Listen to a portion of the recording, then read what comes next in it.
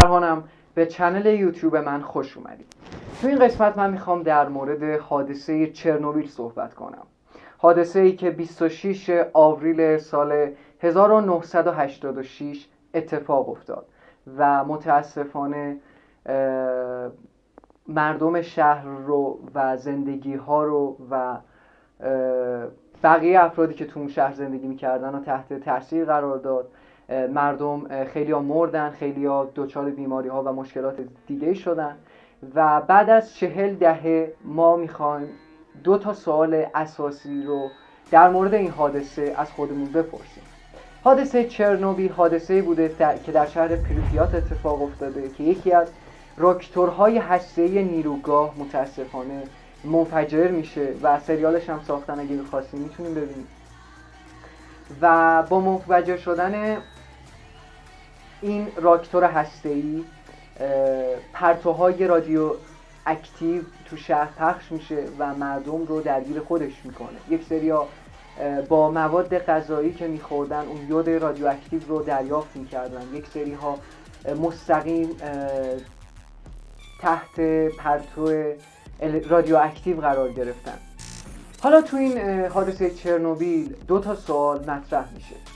سوال اول، آیا کسایی که قربانی فاجعه چرنوبیل بودن، کسانی که پرتوهای رادیواکتیو رو دریافت کردن، این پرتوهای رادیواکتیو به نسل‌های بعدشون هم منتقل میشه و جهش ژنتیکی رو ما تو نسل‌های بعد هم، یعنی برای بچه‌هاشون و اینا، شاهد هستیم یا نه؟ این سوال اولیه که از خودمون میپرسیم بعد از 40 دهه.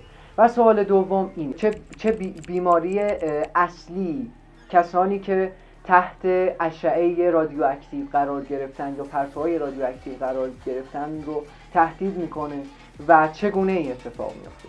برای سوال اول که انتقال به نسل ها بود، دانشمندا تو ژورنال ساینس میان و یک سری از افرادی که بین سال 1987 تا 2002 تو حادثه چرنوبیل و تو اونجا حضور داشتن رو، ژنومشون رو با ژنوم فرزندانشون مقایسه میکنن که از این مقایسه میفهمن که میزان جهش مشاهده شده در این فرزندان با میزان جهش رخ داده در یک جامعه آماری عمومی و مشابه که تحت پرتو رادیواکتیو قرار نگرفته یکسانه.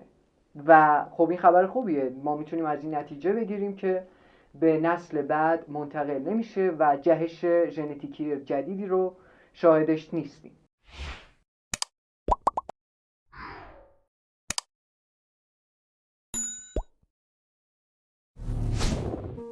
برای سوال دوم که در رابطه با اون بیماریه که سلامت افراد رو تهدید میکنه، دانشمندا اومدن و 359 تا فرد رو،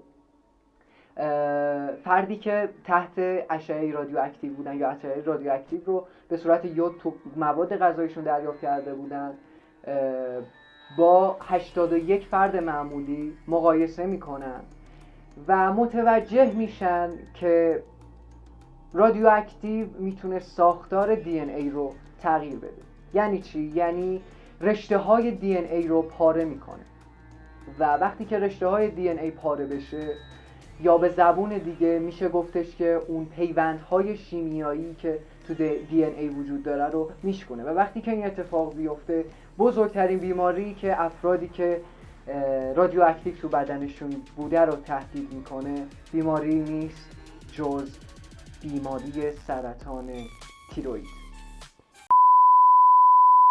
انتشار نتایج این 2 مطالعه جنبه‌های جدیدی از تأثیر آلودگی‌های هسته‌ای بر سلامت انسان را مشخص کرد که به ما کمک می‌کند تا در صورت رخ دادن حادثه‌های مشابه بدانیم که باید منتظر چه اتفاقهایی باشیم. به عنوان مثال، شکسته شدن رشته‌های دی ان ای را می‌توان یکی از نشانه‌های آلودگی رادیواکتیو در نظر گرفت که در مدت زمان کوتاهی پس از آلوده شدن فرد قابل مشاهده است.